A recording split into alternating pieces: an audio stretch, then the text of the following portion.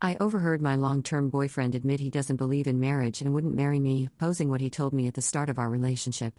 Should I stay with him or is this a major red flag? I recently stumbled upon this website and want to get a collective opinion about my situation. My 33 feet boyfriend, 33 meters, and I have been together for about 3 years. When we first started dating, he said he was dating to marry, and we had a lot of honest, open conversations about wanting to build towards that level of commitment and partnership. In the years since, we've moved in together and supported each other through so much. As of late, I've been feeling a bit sad because 3 years have gone by and there has been no talk of engagement or marriage, which doesn't align at all with how adamant my boyfriend was about marriage as a goal when we first met. He would even often tell me how a little voice in his head was telling him to just marry me after we'd only been together a few months and other things that made marriage seem like a legitimate goal and priority, but I haven't seen that come into play at all. To make matters worse, I recently overheard him having a conversation with his friend in which he said I could never see myself getting married.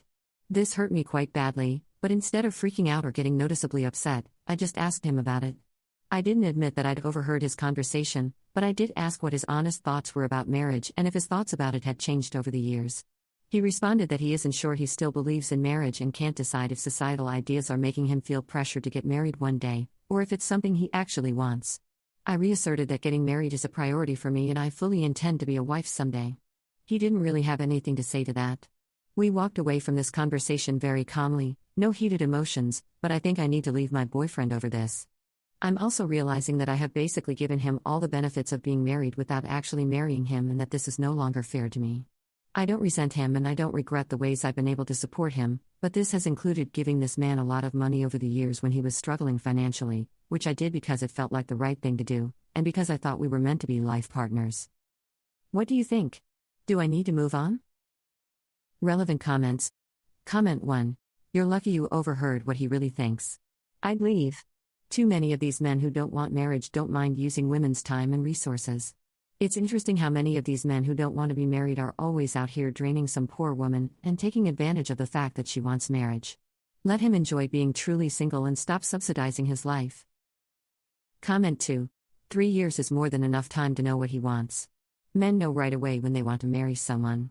As the old saying goes, if he wanted to marry you, he would have. Don't listen to his words, listen to his actions. His actions are telling you no. He also knows exactly what you want. He's hoping you change your mind. He's got you as a wife without having to be your husband. It's definitely time to move on for you, especially if you do want to be married and have children someday. You don't have a lot of time if you want biological children. Don't get pregnant with if you aren't married, whatever you do. The one thing that's in your favor about not being married to him is that you can literally just walk away. No legality involved. Also, if you do leave, and you should, there's a very high chance of him chasing after you and promising to marry you. Don't fall for it. It's a desperate ploy to keep you in the relationship longer. The fear of losing you and being alone. It actually very rarely leads to marriage, just more time wasted. Update. First of all, I just want to say thank you to the hundreds of people who commented on my original post and gave me their heartfelt opinions and advice. I didn't expect such a huge response, and I'm genuinely grateful. To make a long story short, I left him. The truth is, it's not just marriage that my ex was putting off. He continually made promises for the near and distant future that just never came true, from vacations to home renovations, and when I confronted him more directly about the prospect of marriage, he informed me that he didn't feel sure about marrying me, primarily because our families haven't met yet and because I wasn't willing to buy a house together before we got married.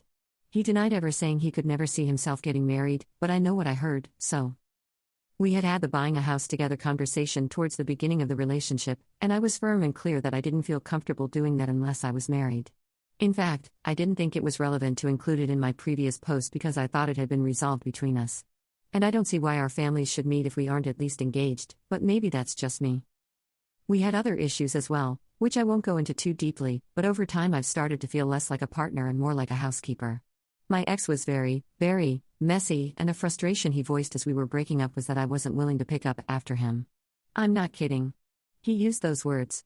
I did my best to keep that house clean, but there are certain things I would just give up on because it's frustrating to clean up after a grown adult who's throwing trash and clothing all over the floor and furniture.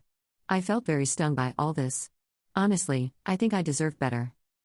I also did the math and learned that I had given him nearly $18,000 over 3 years, most of which went towards his mortgage. Yikes. He offered, without me prompting, to start paying it back, but I haven't started making those arrangements yet. I'm currently staying with my parents through the holiday season and will be moving into a new place in January. As sad as I feel, I also feel deeply at peace. My husband is out there, and I know I will find him in the coming years.